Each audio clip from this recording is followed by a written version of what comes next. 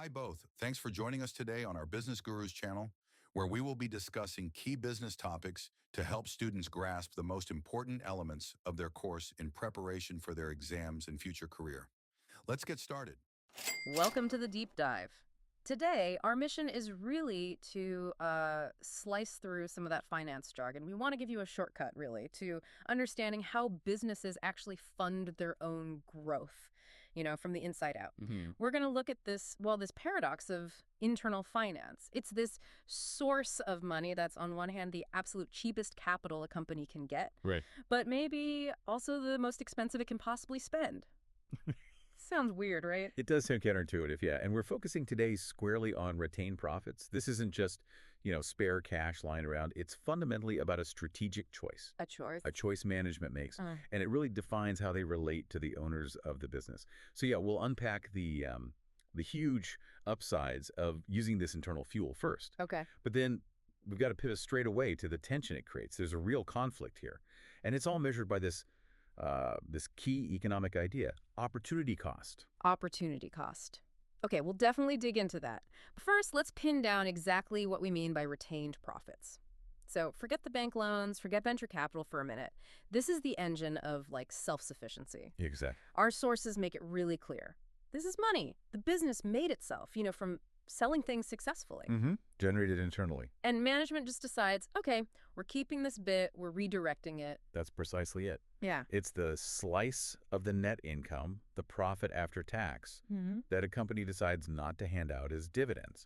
If you look at a balance sheet, it sits there, right in the shareholder equity section. Ah, okay. So it technically belongs to the owners. It is the owner's money, absolutely, Yeah. pure and simple. But the managers are the ones choosing to keep it in the business, usually for growth. And that growth could be anything. Anything critical for expansion, really. Oh. Hiring new people, maybe a product development team. Or buying new machines, buildings. Specialized equipment. Yeah, or getting a bigger warehouse, new premises, other assets. It's like bootstrapping, but, at a corporate scale. Gotcha. Bootstrapping elevated. Okay, let's explore why this is so tempting.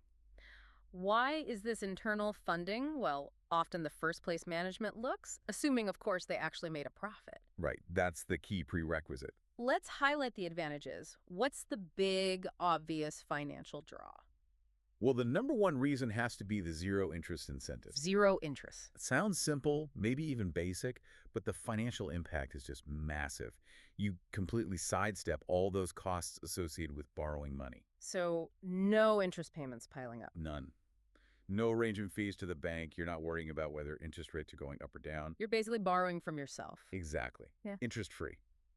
Forever, potentially. That must look really good on the books going forward. A cleaner balance sheet. That's a big plus for management, I'd imagine. Huge incentive. And beyond just the cost, there's the speed. You touched on it earlier. The money's already in the company bank account. So what does that cut out? All the hassle. It cuts out pretty much everything. Access is immediate, instantaneous. Right. Just think about the usual process for getting outside money. Could be weeks, maybe months. Yeah, filling forms, waiting. Due diligence, writing up detailed loan applications, negotiating the terms, maybe even doing presentations for investors. Whole roadshow thing. Exactly. Yeah. With retained profits, the decision happens inside the company, and boom, you can start spending on that new project straight away. That speed must be a real competitive edge sometimes. A massive advantage in fast-moving markets, definitely. Okay, so it's cheap, it's fast. But there's another angle here, isn't there, more strategic? How it looks from the outside. The signaling effect. Yeah, the sources mention this quite strongly. When a company uses its own profits to fund something big, like, say, doubling its research budget, what message does that send to the market, to potential future investors? It's like the ultimate vote of confidence in itself. It shouts to the world that the business is fundamentally self-sustaining. Self-sustaining, so profitable, well-managed. Highly profitable, yes. And it signals really robust financial management, strong cash flow, a business model that actually works and makes money. Think about it. If you can grow significantly without immediately taking on debt or giving away slices of ownership, Right, without diluting the existing owner. precisely, then you become a much more attractive prospect, less risky, maybe, for those future big investors you might need down the line. So you're kind of proving your worth first before you even ask for external cash. Exactly, you're building that track record. Okay, so far, retained profits sound amazing. Fast access, no debt costs, sends a great signal about stability. It's only too good to be true. Uh-huh. There's always a but. And here it comes. We have to pivot now to the core conflict, because this free money isn't really free, is it? It's causing friction somewhere. Inside the company walls, yeah. So who exactly pays the price for this wonderful self-funded growth? Well, ultimately, it's the owners, the shareholders. The shareholders. This is where we bump right into something called agency costs. It's this fundamental potential conflict of interest between the people running the company day to day, the managers, and the people who actually own it. Okay, explain that a bit more. When the company management chooses to keep profits for expansion, they are simultaneously choosing not to give that money to the owners, Even though it's technically their money, as you said. even though it's technically their money, which they are, in theory, entitled to. Right. So let's be clear on who these owners are and what they generally expect. We're talking about shareholders. Yeah. Most people listening probably know what a shareholder is, someone who's put money into the business, bought shares. They've invested capital, taken a risk. Exactly. And they get voting rights, sure. But when we talk about retained profits, the issue isn't really about voting, is it? It's about the money. It's almost entirely about the money. Shareholders invest expecting a return on their capital. And one key way they get that is through the dividend. The dividend, let's define that clearly. A dividend is simply a payment that a company decides to make out of its profits, distributing it to its shareholders. So a slice of the profits handed back to the owners? Exactly. For many shareholders, especially big institutional investors, or maybe even retirees, it's meant to be a regular source of income. It's a key part of why they invested in the first place. Okay, and this is where it gets a bit more technical, maybe. It's not just if they pay a dividend, but how much. There's this concept of the dividend payout ratio. Yes, that's crucial here. It really highlights the trade-off we're talking about. How does that work? The dividend payout ratio is simply the percentage of the company's earnings, its profits, Yeah. that it decides to pay out as dividends. Okay, so a high percentage means. A high ratio means most of the profits are going straight back to the shareholders right now. And a low ratio, or zero. A low or zero ratio means management is holding onto that cash.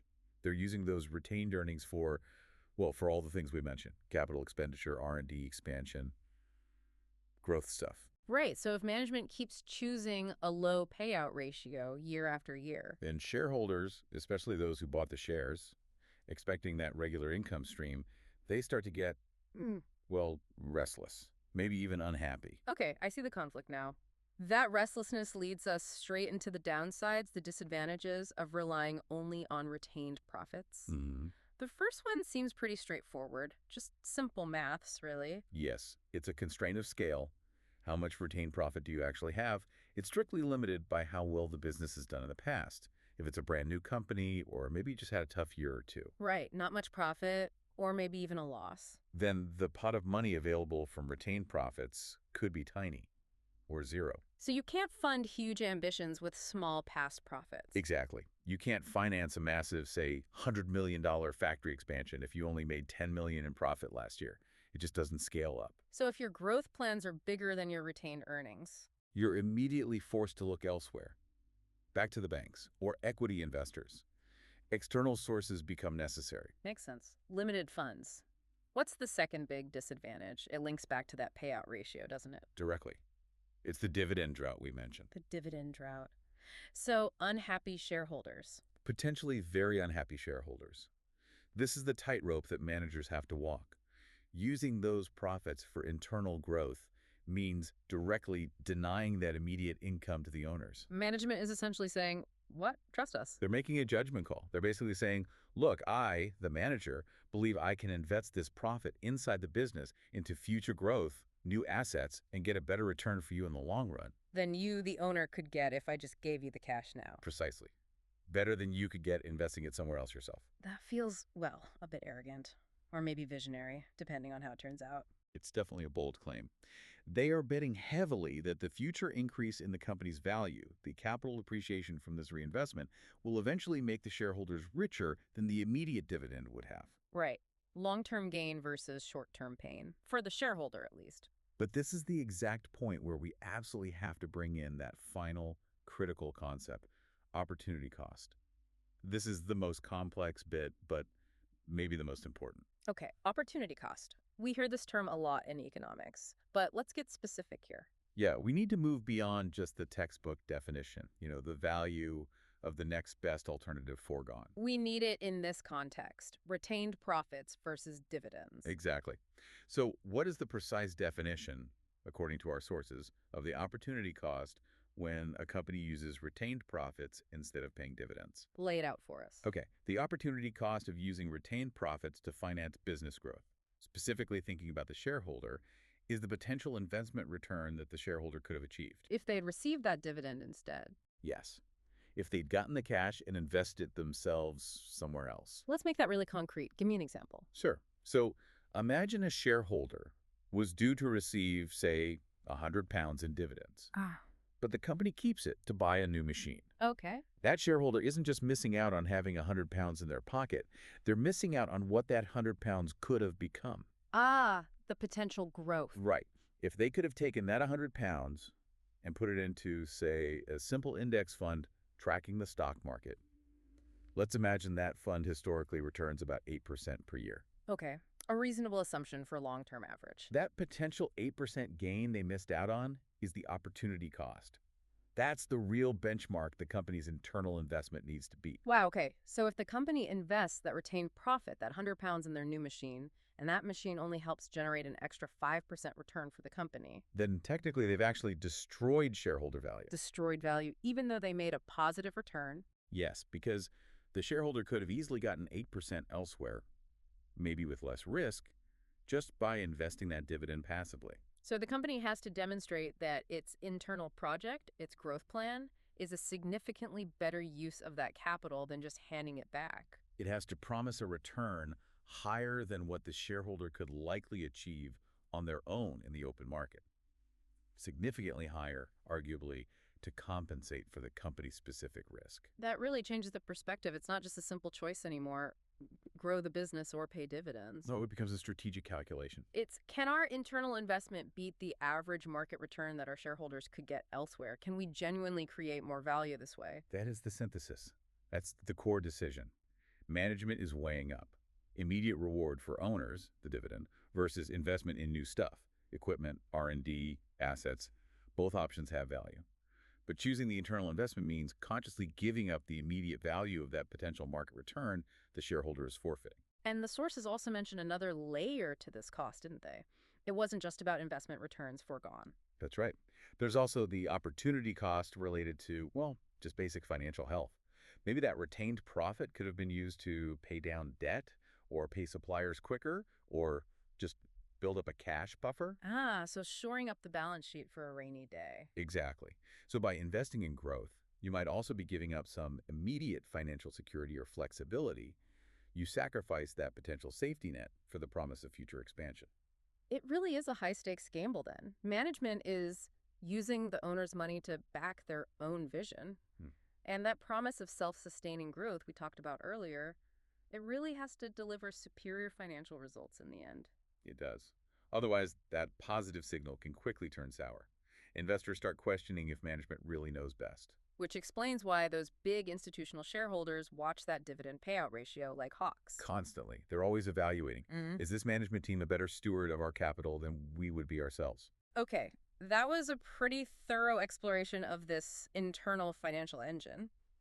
Let's try and quickly recap the main threads for everyone listening. We kicked off with the paradox. Retained profits seem like the perfect funding source, zero interest, instantly available. Right.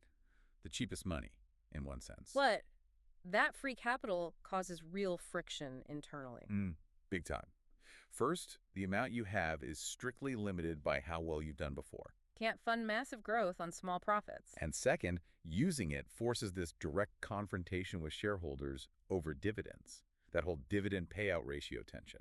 Which all comes down to this crucial measure, the opportunity cost. Yes, management is making a bet that their internal plans will generate more value, more return than the owners could get by simply taking the cash and investing it themselves in the market. It's a bet against the market average, essentially. And potentially a bet against immediate financial stability, too.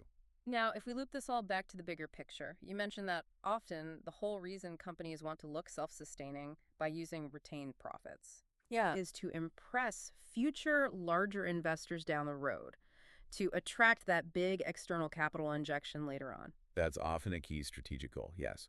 Build the story, prove the model, then go for the big funding round. So that raises a really interesting final question for you, the listener, to think about. If the main objective for management, especially in the early years, is really just to send that signal of stability and self-sufficiency Hmm.